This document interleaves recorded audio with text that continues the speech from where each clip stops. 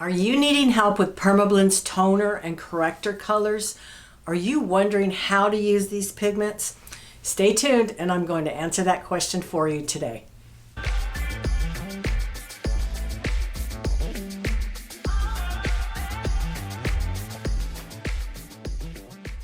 Hi everyone, I'm Terry Lively and I'm an official Permablend distributor here in the US and Canada. I'm also a working artist just like you. I see clients in my studio every day, so I know how you feel when you have a client walking in your door who needs a color correction. Maybe they have pink brows, maybe they're orange, whatever. You know, you just want to fix them. So how can you do that? Well, Permablend has come out with some great toner and corrector colors. We actually have two sets, the toner set and the corrector set. Well, what's the difference between a toner and a corrector, and how do you choose?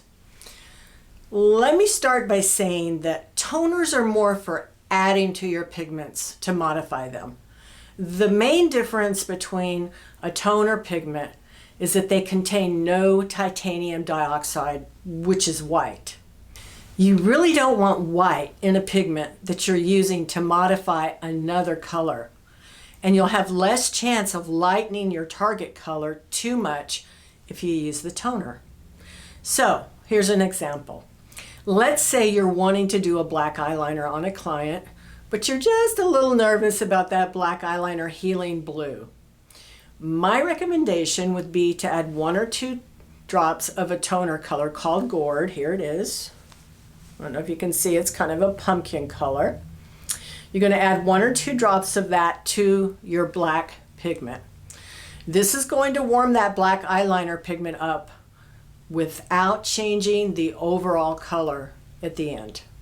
Remember, toners don't have titanium dioxide, so it's not going to lighten up that black pigment too much. Here's another example. Suppose you have an eyebrow color that you want to warm up, yet you want it to heal more of a neutral tone. In this case, I would use the toner called Yellow Belly from this set, the toner set, and this would slightly warm up your target color without turning it too orange. Yellow Belly will warm it up without adding orange to it. Just remember, toners are more sheer in nature. Now, let's talk about Permablend's corrector colors. In that set, there's 4 pigments. So, if you're doing a correction on an eyebrow that's walked into your studio and you want more coverage, you're probably wanting to use a Permablend corrector color that's appropriate for the correction that you're wanting to do. So this set contains pigments that do have titanium dioxide in them, and they give you more coverage because titanium dioxide or white is more opaque in nature. So here's an example. Let's say you have gray eyebrows walk into your studio and you want to correct that gray. You could do a light pass with pumpkin or even the soft yellow corrector and then go over those brows with your target color. Remember, to do corrections, the brows have to be pretty faded out. If they're highly saturated and dark, most likely you're going to recommend that client for removal. So, we've talked about a lot here. Let's just recap. The Permablend toner set contains pigments that have no white in them, and they're more sheer in nature. The corrector set, on the other hand, has colors that are more opaque and will give you extra coverage. I know from that set, a lot of artists love the olive corrector as well as the pumpkin corrector. Always remember when you're doing corrections to go back to your color wheel.